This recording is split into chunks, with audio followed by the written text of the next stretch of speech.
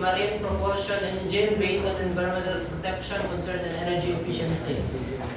So more on modern technology. So ang current karon nga modern technology o future na technology. Nato may pang-discuss. So 3.1 focuses on innovations relating to the design. So design innovation sa mga bago sa disenyo sa ilang mga engines. So 3.1, 3.2 is 3.1 this week na nato ma-discuss. Next week is on 3.2 innovations related to the fuel and energy efficiency. So sa mga ipangbuhat nila to para ma-improve na to ang fuel and energy efficiency. Actually, ang katong discussion is Ma'am Nadja is iko magudire. So gisold na lang ako dito sa PPD para di kayo ta mag-lahi-lahi istoryahan. And then ang last is more on innovations relating to air pollution. So yung mga ipambuhat nila to reduce air pollution.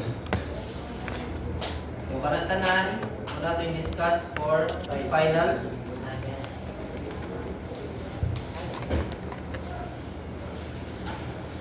So una ta sa innovations relating to the design.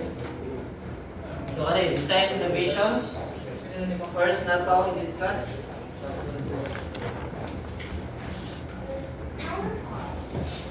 And then these are the topics.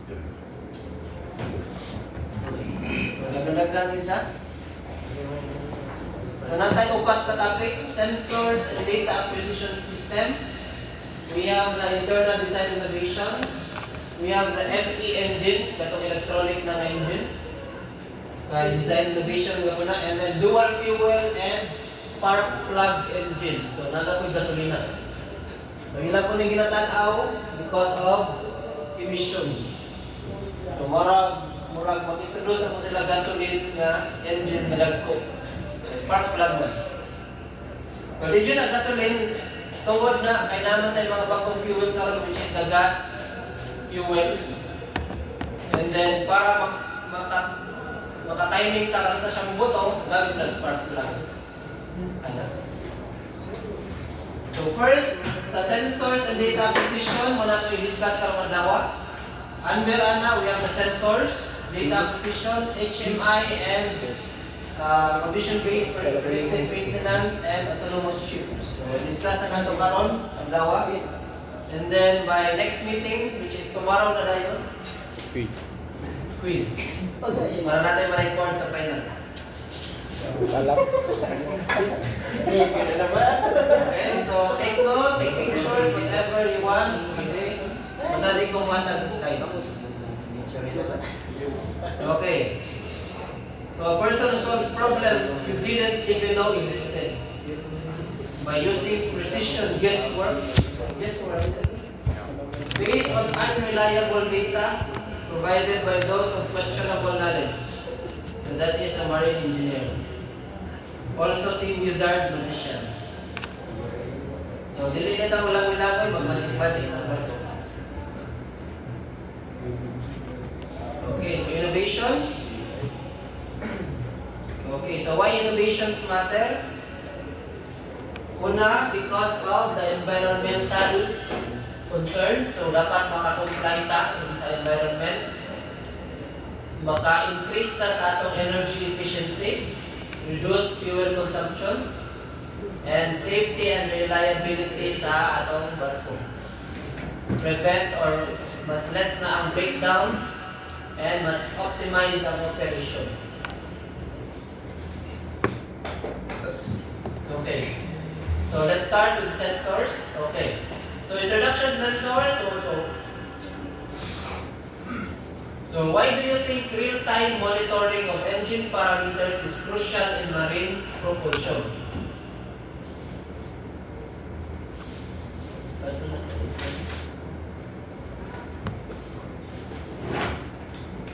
Okay. Okay, so atong industry is not evolved. First, we have the industry 1.0, panahon pa rin sa Titanic. So steam engines ang focus. And then we upgraded to Industry 2.0, which is more on electrical power na. So, di kuryente na yung mga gamit. And then we went to Industry 3.0. So, very automated na productions. And then we use computers, IT systems, and robotics sa industry na to. Or bisan sa industry lang din sa yuta. But now, sa Industry 4.0, nauso naman karon ng AI, di ba? So, nagsugod na karon ang smart factory, autonomous system, IoT, o kaniyang nilami-lami, no? Ayun, sa IoT na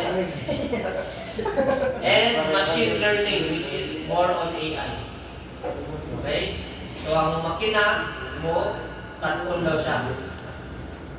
And with this, with the improvement sa industry, tinanglan po na-keep up ang maritime. Okay, so that's why we have here the sensors, which is crucial na siya para sa atong ship. So, para natay machine learning. Okay, so there are different sensors. What are sensors? So, devices that detect physical or chemical changes and convert them into signals for monitoring and control. So, pwede siya mo-send ng signal, mag-alarma, pwede siya mo-send signal, mag-shutdown, or mag-slow down ang makina. Okay, so what are the role of sensors in improving safety? So, nakay sensors, nakay early fault detection. May pawali, uy, bumubos lagi ang, o taas lagi ang temperature sa atong exhaust. So, nakay early fault detection, preventive maintenance, may alarm system, and then engine protection. Pwede mo shut down or mo slow down yung makina. So, engine protection siya. What are the roles of improving engine efficiency? We'll discuss mo later. So, for better combustion, performance sa makina, to control fuel consumption, and to have energy recovery. Kasi mo energy recovery gamit natin sa barko? Heat waste recovery. Slide ko naman. Turbocharger, pwede. Atomizer, pwede. Ito pa. Freshwater generator, makaproduce ng tubig gamit ang heat gikan sa cooling sa makina. So, pa energy recovery na to. Shock generator, pwede.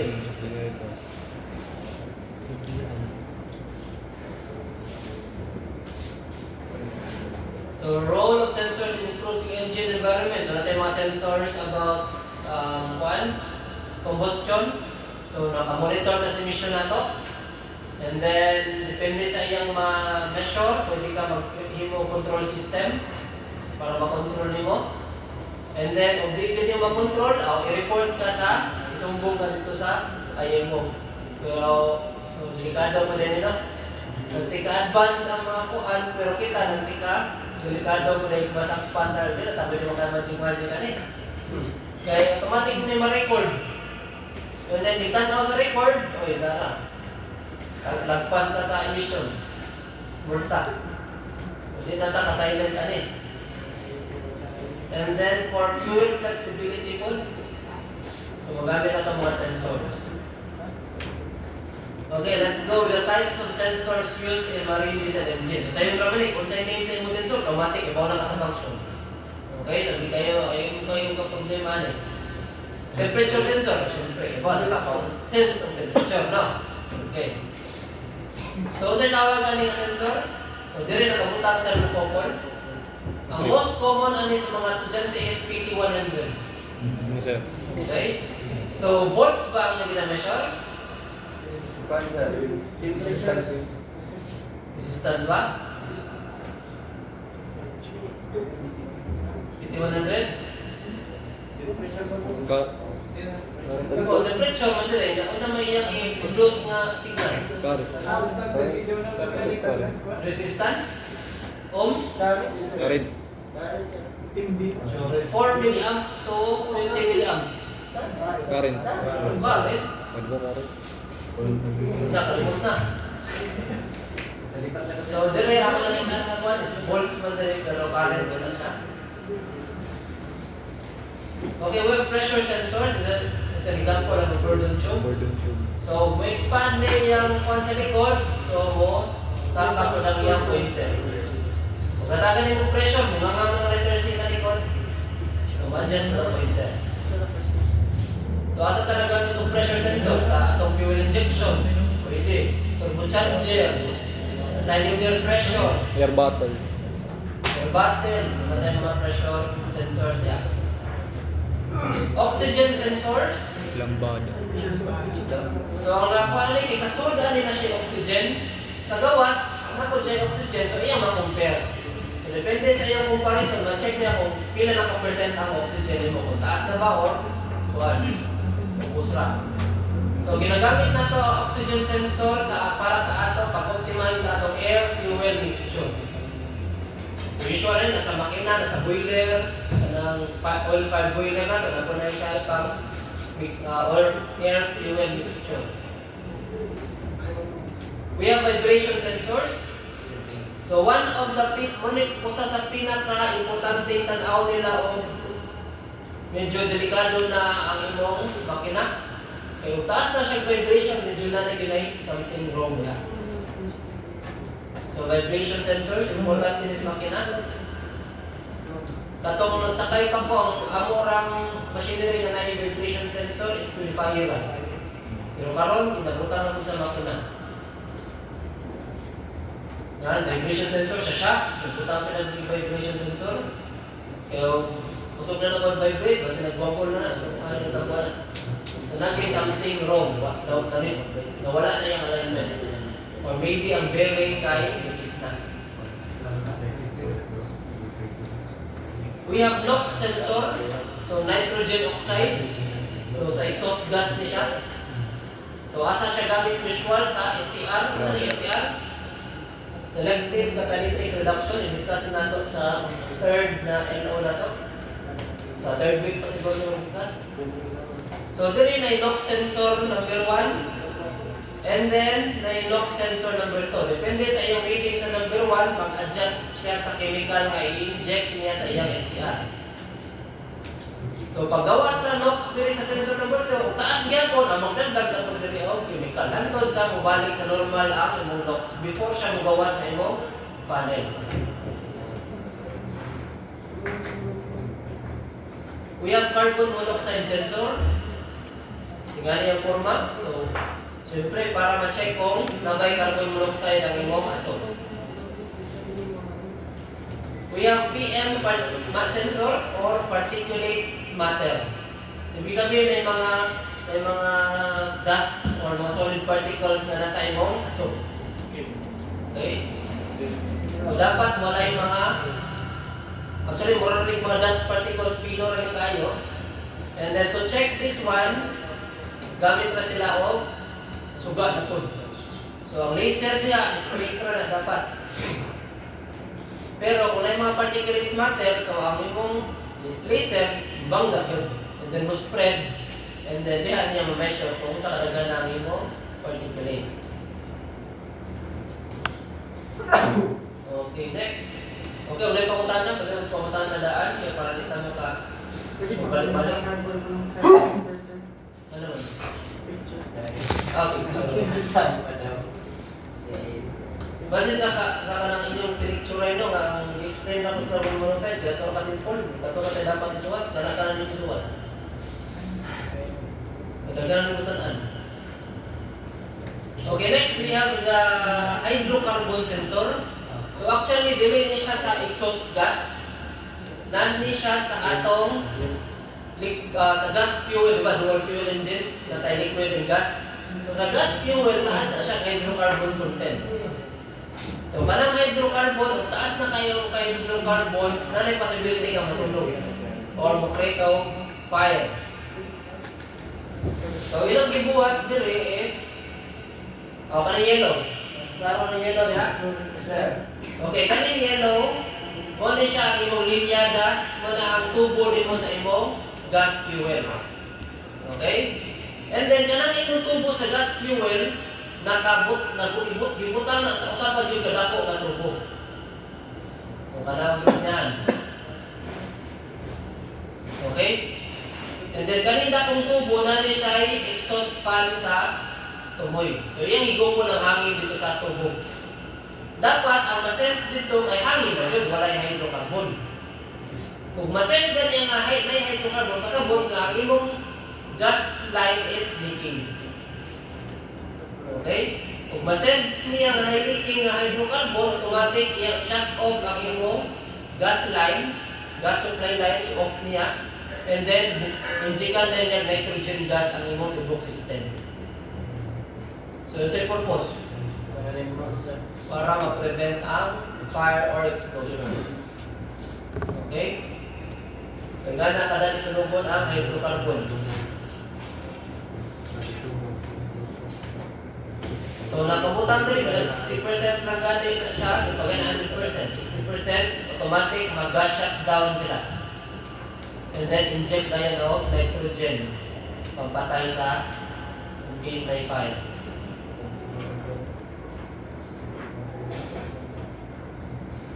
Next, we have RPM sensors. So atong RPM sensors, ang uban tawagan na is pick up sensor, ang uban is tachometer. So ang atong RPM sensors, naara na siya magnet, na siya magnetic field. And then madulan siya og metal, ma-change ang imong magnetic field, mo-create siyang flux, and then mo-send siya signal. And then based on this one, ma-measure na niya kung pila RPM sa makina. Pwede po siya sa RPM sa turbocharger. So kana pick up sensor na po na. And then maigo na sa metal, so mo kuha na siya current. Mo generate. We have also crankshaft position sensor. So sa crankshaft na to, ibutangan ko na diyan nain nga metal, and then ma-measure niya pasabot niya yung crankshaft, kaya wala siya sa posisyon. Either naka-top dead ba yung number 1, or kung sabay naka-top dead center karon. So based sa iyang rotation sa imong flywheel. So magkaibawan din mo ang crankshaft nimo kung naka-top dead ang number 1 o number 6. For example, atbang sila. Yan, sunod po top dead, kita na po, 3 o 5 ba ka o sa ba?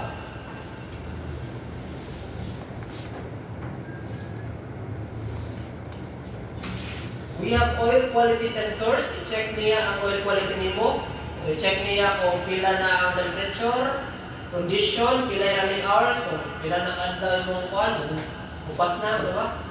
And then yung TBN, i-measure niya.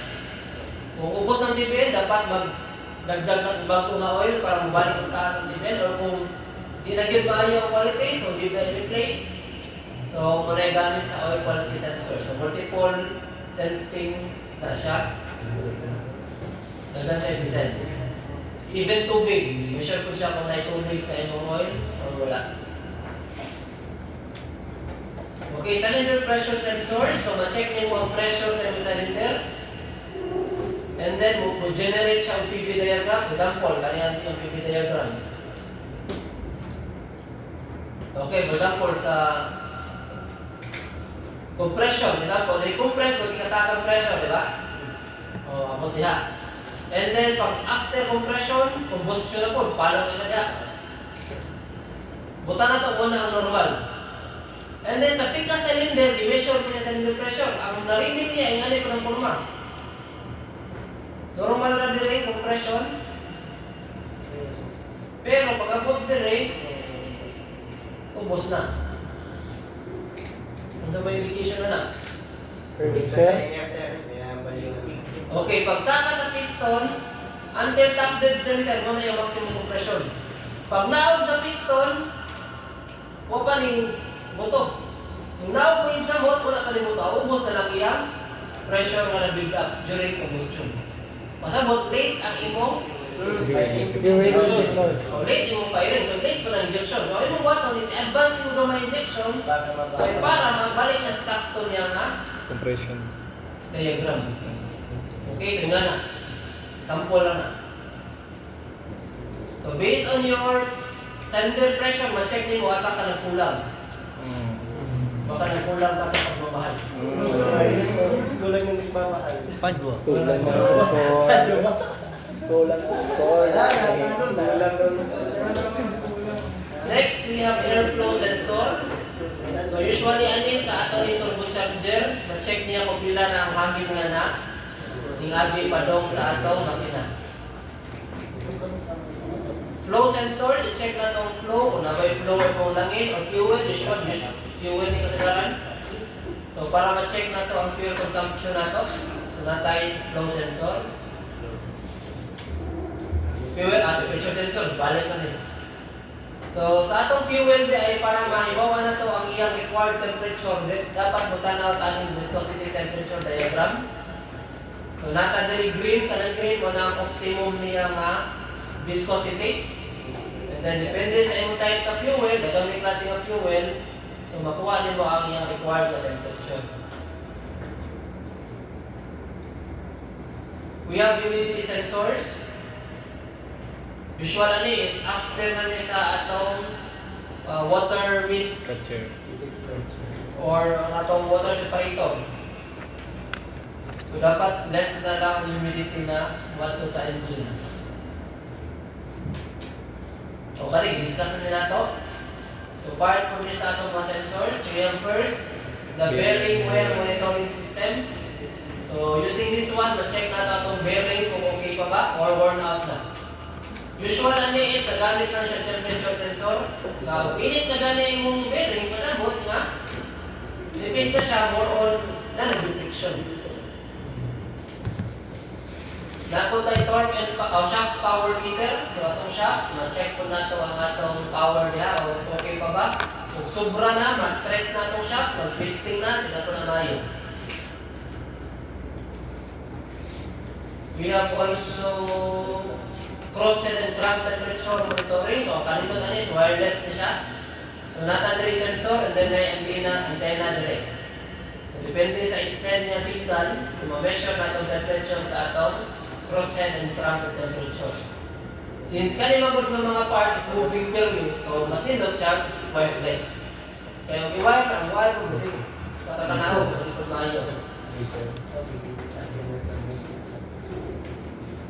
So na siya yung signal or radar pulse. We have also water in oil sensor. So pag-check sa tubig sa langis or water ingress sensor. Same lang sila. Lain lang siya pangan, depende sa manufacturer. So mura mo sila. So those are the different sensors. Actually, daghan pa. So walang na ang akong nakitaan so far.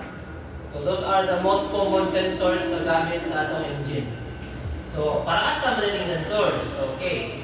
Ang atong sensors di ay tanan information sa sensors ihadto na sa atong data acquisition system or device o kung sa tawagan na depende. Basta data acquisition na siya. And then iyang i-process ang iyang signal from analog to digital. And then after that, isend niya sa computer. And then ganito sa computer, makimo na kasi kung parameter, uy, ako exhaust mo na rin siya. Uy, ako bearing temperature mo siya. Pressure mo na. So yung na ang so muagi siya ang data acquisition system. So kalitanan, na data sa engine, data sa imong sa bridge, data sa weather, kalatanan, pwede mo i-process tanan sa imong data acquisition. And then para makita nimo sa imong computer kung unsa na ang kalagayan sa imong makina. So unsay ano importante siya, it enhances engine efficiency, reliability and safety, reduces emissions, enables condition-based maintenance, and instead of time-based maintenance. Unsay kalahian sa condition-based maintenance o time-based maintenance? Time-based sir, nag-schedule na yung condition-based sir, maintenance. Okay. So kasagaran sa karaan na style is by running hours. For example, 10,000 running hours, so mag-inis ng piston. What if 8,000 pa lang pero need na siya i-replace? Di ba? So, delikado. Di ba? So, condition based is depende sa condition niya. Kung isang layo pa ang katong iyang schedule, Pero tanaw din yung needed siya i-replace, mas may mag-replace na ka. So para ma-less ang mga delay sa biyahe, mga emergency nga mga ayo-ayo niya, kung sa pagkitabo niya. So para ma-prevent na, so dapat advance mo kung saan pa advance ka mag-isip mo. Okay, types of parameters monitor. So katutan na itong sensors i-explain nila mo itong mga parameters na gikuan. So natin yung mga temperature sa cylinder liner, exhaust gas, cooling water, pressure sa atong fuel injection, lube oil, scavenge air, vibration sensors, o speed, etc. So daga na siya. So different types of sensors, muagi na siya data acquisition. So there is, ang ilang data acquisition, ECU ang gamit. Kung siya pangalan ng ECU, Electronic Control Unit siguro na. And then ay mga sensors. Dire, laser ang gamit para makakuha sila ng information sa ilang intake temperature, exhaust temperature, o sa combustion temperature. So laser ang gamit. So kanina, buuan mo kaya.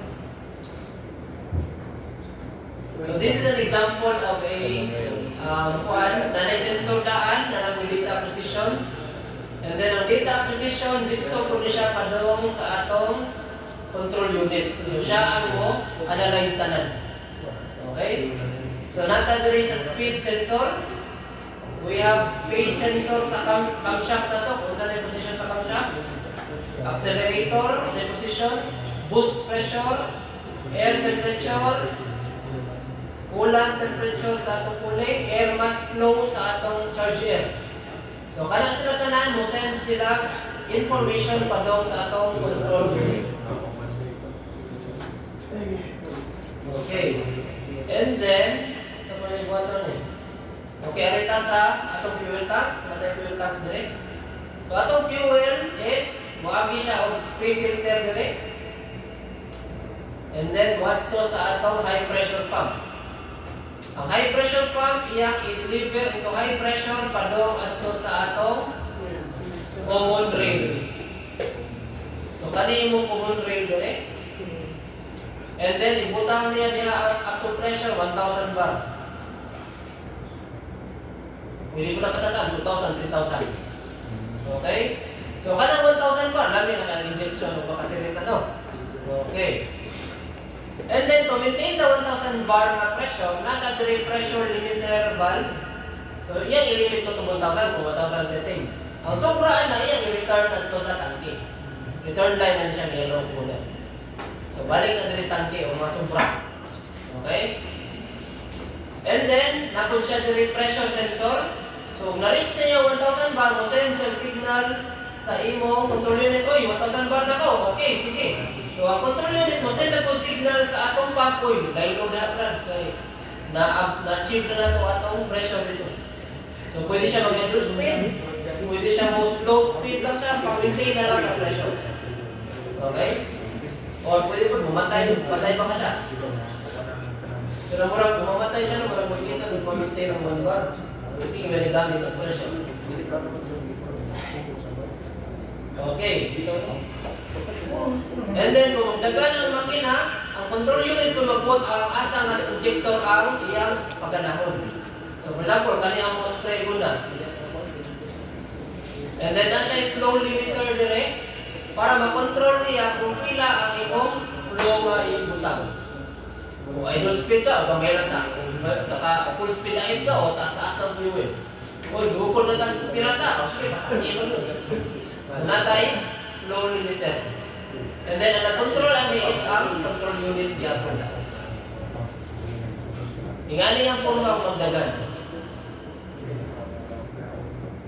So unsay advantage sa common rail? Ang advantage sa common rail is gitanggal na itong tagsa-tagsa nga fuel pump. Parang napan Pag tinanggal mo lahat ng fuel pump, gagaan yung barko mo. Bukan nito. Fuel pump, dagko kayo. Ako naabtan nga fuel pump kay para na kutob siguro sa kutira ng barko. Wala ka na po. Yung anak katambuka. Dagko kayo na. Usapan na ka fuel pump. Dosing ka fuel pump, anak. Dagata kayo. So there is itanggal ang fuel pump. So wala na po ay camshaft nga mag-activate sa fuel pump. So itanggal mo ng camshaft. So mas gaan ang barko and then electronically controlled, ma-adjust nimo anytime kung pila yung karos ani mo i-inject, kaya kay delay, advance, may problema. Sa computer ra ka, touchscreen, mag-adjust. Okay? So manli gamit karon common rail na system. Then pakutan na dire. Kwan sir, both for 2-stroke tapos 4-stroke sir. So itanggal nila ang fuel pumps and then common rail nilang gamit. Pwede siya sa 4-stroke, pwede siya 2-stroke. Pero usual na lang ginagamit is sa 2-stroke, dagko ba kayo ang fuel pump sa 2-stroke? Ang 4-stroke, kaya dagko fuel pump. So, kaya ra, dili-ilisan, pero mas nito gyapon. Ang nakandidat po dali is 1,000 bar na daan ang pressure sa fuel. So, i-spray niya, atomize yun ang spray. Mas better ang spray characteristic sa fuel. And then, mas dali siya masunog. Ang uban na ni, ipaabot lang 3,000 bar ang pressure. So, paano kayo? So, another system na nagamit sa daghan ng mga sensors para sa tibuok engine nga maayo ang performance. Hindi natin na sa saon. Uban na sensors. So, engine performance system. So, pwede siya sa 2-stroke and 4-stroke engines. So, advantages, ang atong mga trabaho sensors, ano naman na siya, advantage yung naman. So, another example lang na siya, data acquisition system. So, naatay data from sensors and then, add to siya sa computer. Napod siya template rin. So, daghan mga bago. Kani sa atubangan sa imong makina na LED TV. Ang tanang na kay time. Sa man LED TV ya. Pero hindi pang main engine. Another one, data acquisition. Another one.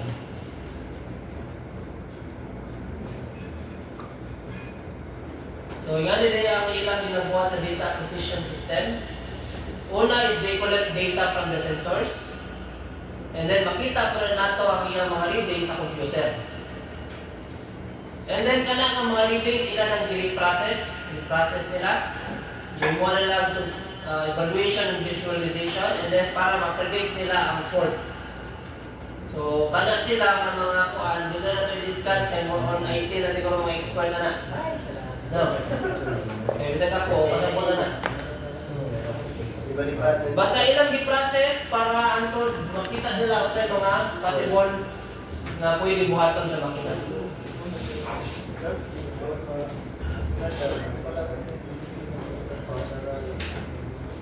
So muna collect data,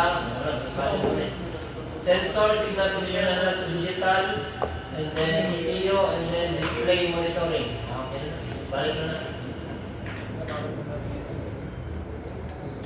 Okay, ang bago pag-give karon is naka-wireless na, IoT, Internet of Things, IoT. Okay? Kasi ni IoT, naka-wireless. Sabot nga, tanan mo readings dire, makita na sa manufacturer dito sa ilang o asa na ilang manufacturer. Wireless. Okay, kanang bago na itong chip engineer, wala na, bakasyon na siya, so tundo na siya ko December, sa kaya ko ng banner. So, ang last niyang nanaugan ng barko is naka-IoT. So, tanan ang patay makita dito sa manufacturer na, uy, need i-replace ang piston. Wala pa siya ka-order, nagpadala ng spare parts. Yung nga naka-advance dito.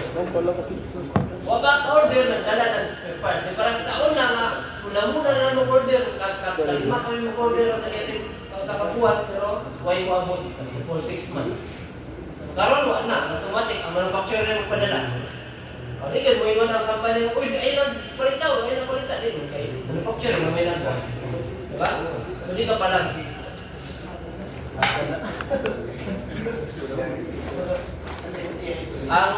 Ang disadvantage lang daw ko, kaya nakatanda ko ni Sir Mark, kung sa disadvantage.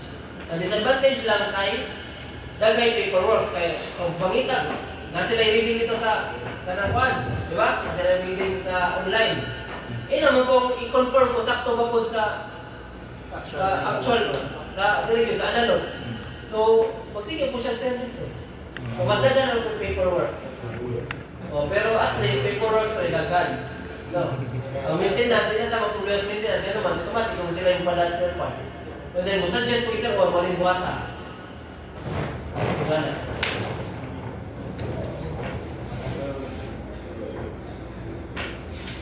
So, yung ano yung buhat nila, na yung mga operation sa barko, sa mga parameters na to, isend sa satellite. And then, dito na lang makita sa shore-based control centers nila ha, sa dagan sa imong barko.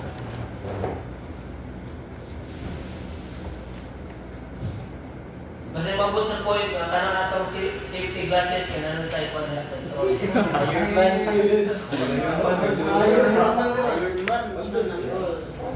So using big data and AI for failure prediction.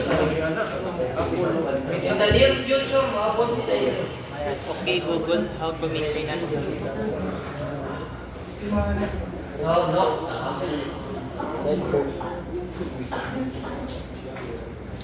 Hindi ko na kailangan labor. Okay, next. Okay. Oh, how to censor client? Okay. So, nanatay data acquisition system, di ba? So, tanan sensor pa daw sa data acquisition center. Napagin sila improve. We have the human-machine interface.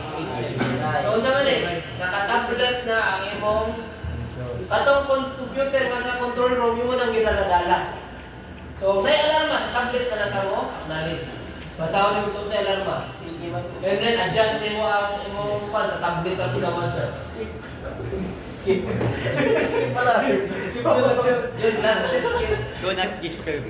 Skip pala. So, ang mga features niya is touchscreen na siya, graphical displays. So, pwede na makita ang imong murang nag-trend ba? Hindi po na yung Facebook trending. Wala siya, kakahay, ang temperature nimo sa exhaust 10 days ago. And then temperature nimo sa exhaust 5 days ago. Hindi ka ubos. Yung karoon, di ubos ka. So, kaya mo nakastrend. Padong nanaog. So, sa yung buhaton para mabalik yung normal. Kung na kay advance na, check ka nimo, pwede ka mag-advance mag-isip. So, tanan naka-integrate na sa imo HMI. So, ano sa daw ang HMI nagsugod? What is a human-machine interface? So, sa unang panahon, kanang 1 terabyte nimo ang USB, nga nila kadaka. Kurang pila sa kadaghan ng cabinet. Pero sa karon is gamay na lang kaya, di ba? 1 terabyte. And then, at 1980s, wala pa nagbuyan niya. So, 1980s, na yung mga gagmay nga computer. 1990s, o kanay mo na yun. Ipanganak ko 1990. 2000, so na yung mga touchscreen. Mga 2000, so 2005, 2006, na natin touchscreen. And then by 2010, na natin virtual reality. Naka-VR na. Diba? O, kanay reglato mas gabi, mag-VR na. Padala sa gabi. VR na, padala sa gabi. Nasa gabi di ba niya? Tanong salita. Seryoso ba? Seryoso. And then, karon na nasa Siri, di ba sa Apple, nasa Siri. Istorya na sa Siri. Open Netflix. Isa lang sa inyo. Sa Android, kinsa man. Padua. Gemini. Alexa, si Alexa, saan na siya? Amazon. Amazon na si Alexa? Alexa.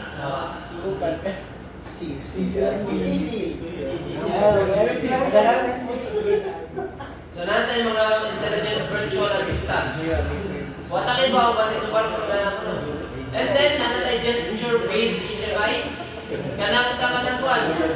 Kanang sa kanang meta. Kanang sa glasses. Kanang gesture na button. Banana, banana. O banana. Dahil banana mo this job.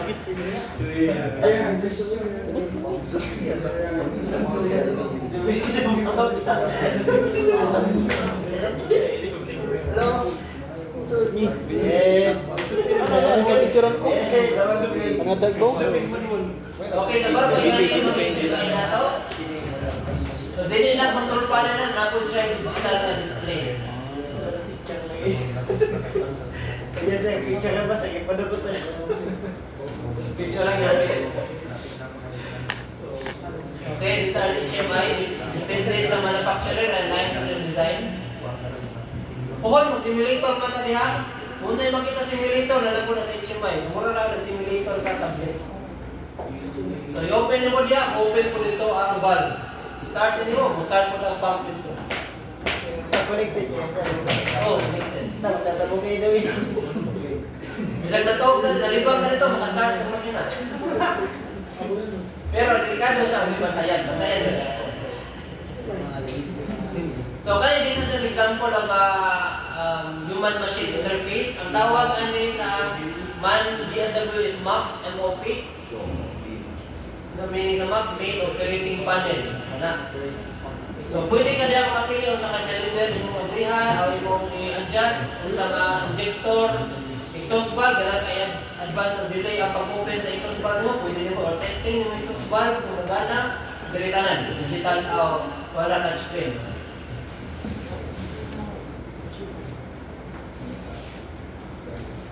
AI and data analytics, basta kailangan ko na incorporate. Ano ba na? Yan na ta. Ano? Basta sunod ang atong face mask, kaya na tayo na. Mga nakasuwat. Hindi ka ba? Yung Avengers symbol. Yung mga punta yung mga user rifle, no? Avengers symbol. Glass. Baklas sa baklas. So, yung ang ilang diet ang mga dito. So, light pressure, temperature, o grade, okay ba yung makina, o nag-grade na na, delikado na. Kani, nagyude, actual din sa barko ha. Okay, bago na siya, iTech ang tawag nila din sa atong MAN ES. So, natay app sa imong cellphone. Itsura ni mo kung sa imong gibaklas dito, automatic po na-send dito sa manufacturer. So, usually, ang manufacturer is nganin, mura na siya Baka naka-customer support sa... Oo, customer support, mura siya sa call center. So, makita niya picture sa imong makina, makita niya yung noun, so magtabi ko niya. So, dapat na makabaw ko tagamay ng English, no? Basta lumay. Yung customer service, bumo ka lang yan na yan. So, maglagot mo, wala kaya na siya. So, anytime na kayo pangutana, natubag ka nila, na sila i-suggest sa inyong mga buhaton, masuggest na nila dayon. So, di kayo ka makaratod. May para sa mga katungkuhan, maglag ka chat sa Facebook. Kaya, ano yung sagot dito pag ganito? Wala pa man meron siya. Tambal tayo sa kasakuan. Sa Facebook. So, natin namin mo, nagtabi ko niya. Okay, kontroan po kanina ako sa iwaton. Wala, pawati. Tapos luminaw ka na. May mas pagkuhay kasi kontraan ito.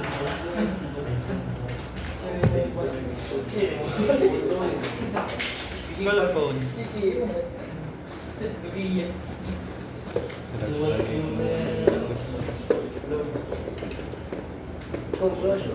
Okay. So what about HMI? Human Machine Interface. Alin na sa condition-based and predictive maintenance innovations. So mga innovations nila sa condition-based and predictive maintenance. So condition-based maintenance na to, nasa yung mga sensor like vibration sensor, oil analysis, other mga sensors, and then depende sa ilang ma-reading, so masuggest sila buhaton. So before makuha yung makina, naayon na ito. So natay yung ating diagram. Karon sa daw magsugod ang figure.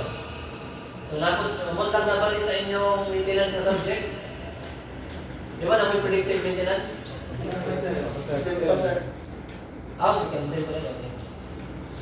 Sige, so we have here, tapos ano magsugod ng failure sa engine. Failure begins, una is change in vibration. So atong na-detect ko na ko siya engineer na graphic kayo pandungog. Ganikalit na siya dagat sa purifier room. Hasta ka doon, ito bantay. So yan is memorize na niya ang tono sa engine room. There is something na change sa iyong vibe. Kasi hindi na Taylor Swift vibe. Dagat na siya galit sa engine purifier room. Kaya, tara ang kalimpag daw ano, change over. Pag change over, ipaminaw, okay lang tunog. May problema din. Di ba class? So, may advantage sa mga eksperyensyado o sa mga paranaw kadete mong bato. Sunod, ang tawag natin, makasabot na nito. Sunod. So, muna yung pinakauna, change in vibe. Ma-change ka yung sound sa engine room, automatic na something wrong na yun. So, bisag sa awa ng engine room naman ay rhythm ay pagkasabak. Diba? So, nalay na-change sa yung rhythm, naibawa na yung engine room. Grabe kayo. Next, change in oil. Ang oil ni mo na normal na tatapirme mo, may lubricate. Since na something wrong, may mo oil na change mo siya. Basta init na siguro kayo makina, madali na po na brown na siguro oil, ano ba? Change in temperature. Siyempre, wala na yung klaro na yung oil, pagka ano naman, na mainit yung makina. And then, noise. Kaya vibration pa lang eh. 3 noise na yun, sabat rin kayo. After that is guba na, critical na nga. Critical point na kaya, or area. And then, muna tapadungan na sa failure. Hard to touch, kalin, kayo lang yun eh. And then failure, guba na. So, muna ilang gitanaw, muna gibutangan nila vibration sensor ang mga makina, gibutangan nila ang temperature sensor, noise sensor, o kapag na ilang mga sensor niya. And then based on that, ma-prevent yung mga damage, ma-lessen yung mga cost of repair, ang urgency, di ka magkarakara ng trabaho, and then failure is, dili na siya fail. And then using this diagram, mo to ilang ko nang i-incorporate sa ilang HMI. Nga, nga na ng HMI sunod. Ano na ka? Sigareta na. Jarvis, update. Ano na siya? Okay, so let's go with some of the latest advancements. Actually, ginagamit na din sa industry. So, possible, pwede po din magamit sa barko. Okay? Okay, una. We have here artificial AI. So, artificial intelligence, AI. So, ginagamit ito. Bisa kita, nagamit ng AI, di ba? So, pila na lang sa years, gamit na sa barko. IoT. So, kali, gamit na yun.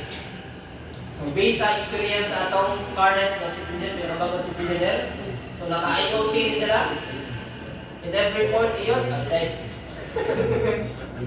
So IoT, so natay mga diagrams niya and then makita po na dito sa manufacturer. Next, we have robotics. So kani, mo na gamit nila karon mag-welding, ito mag-build fitter siguro. Robotics na lang. Pero sa industry, ginagamit na ni, so what nakibaw sa barko, basahin po, pano po niya. Pero sa pag-build sa barko, ginagamit na building. During the making of the ships, mga robotic na yun ang mag-welding. Ang naka-advantage sa robotic is di ka po yun, di mahadlong mapasok, o di mainitan, di ba? And then constant ang iyang penetration. Di pa na tao, ka po yun na. Usaban mo lang yung winildingan. Masakit ang mata, usaban mo yung winildingan, di ba? Less error, sir. Ha? Less error. O less error. And then, parang mga welding in ilaw sa dagat, pwede na robotics na. Dili na tao.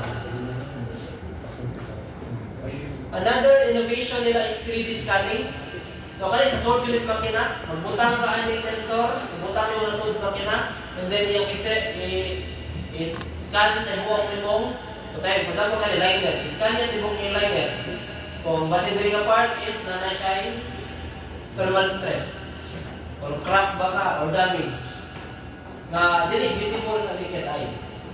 Usual o mag-test magutag mga ingani naka-spray pang crack test nga spray. Sprayan nimo og lain ang color and then sprayan mo na lain ang color. Yung mo nagani mo ra linya diha nga makita na lain color amo na to. May crack na diha. In which dili na dili na kani magbaklas sa tibok makina para makita na to nimo. Kung saksak ang imong pang scanning, scan na diha. So nga na. So dagan siya pictures na pa-on mode. So thermal imaging sensor ang gamit nila. And then nana siya cellphone, so ma-paano na yun yung mga measurement. And then ma-send na yun mo sa manufacturer. We have 3D printing. So gamit niya siya sa mga gasket, kung hindi naman kayo mo gasket, hindi na naman magbuhat sa spare parts. Namabot. Usually, spare parts, 1 month na namabot sa barko. Pero this one, pwede na mga o-ring, mga gasket. Parang sa'yo lang i-manufacture, pwede yan.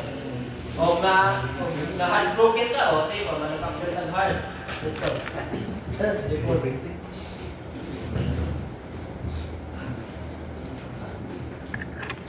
Kani mo yung advanced digital twin technology. So sa digital twin. So na kay digital din nga mura kang nagtorno kaniya metal. And then sa actual po dito kung asa man sa lain country, na po dito nagtorno nga based sa imong gusto nga. So digital twin tawag. Actually gamit na ni sa medical karon nga ang kanang yung mga swito nga mga doktor nya di ka kadto sa atong mga lugar. Robot na. Digital twin, kaya na siya dire. Nagtutunan ko dito ang actual na person. Yes, sir. Bisa sa Korea nga mga kuan, ba na may ganun? Korea nga mga telenovela, gana? K-drama. Sa mga doktor-doktor ng K-drama, digital, paano na? And AI dito, marami ka ito AI. So, nakalindot, pwede na ito ibutang sa advanced ship.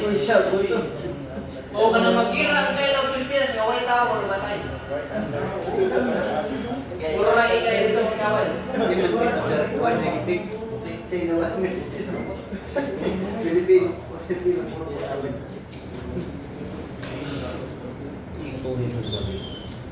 Okay, key features sa autonomous ships. So, gamit mo din sa mga wala problema ang autonomous ship, hinay naman dagat. Hindi nyo na basta-basta mabangga. Di parang ni paspas ni dagat.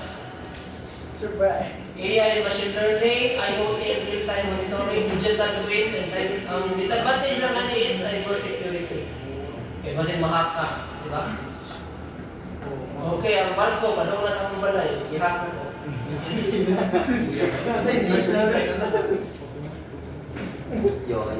Advantages, enhanced safety, cost savings, environmental benefits, and solar power.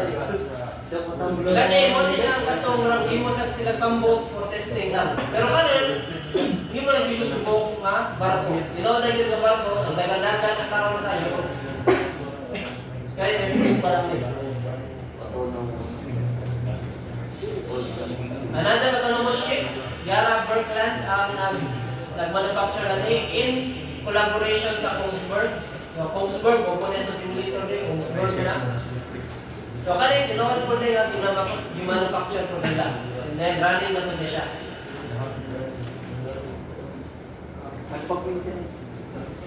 So mga ito yung mga possible nga new technologies nga itong masugatan o inyong masugatan sa inyong next voyage po kung makapasan mo sa days.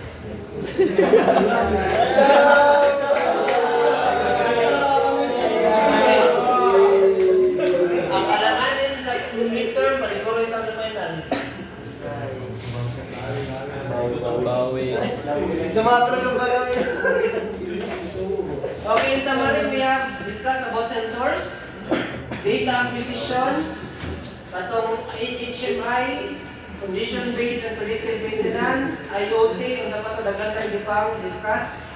And the next meeting, we will have a short quiz. Ana. Short quiz. Okay? So, any question?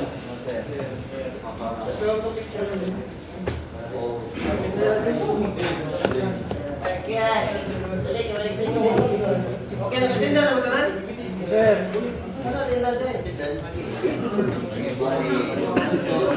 Tuyo.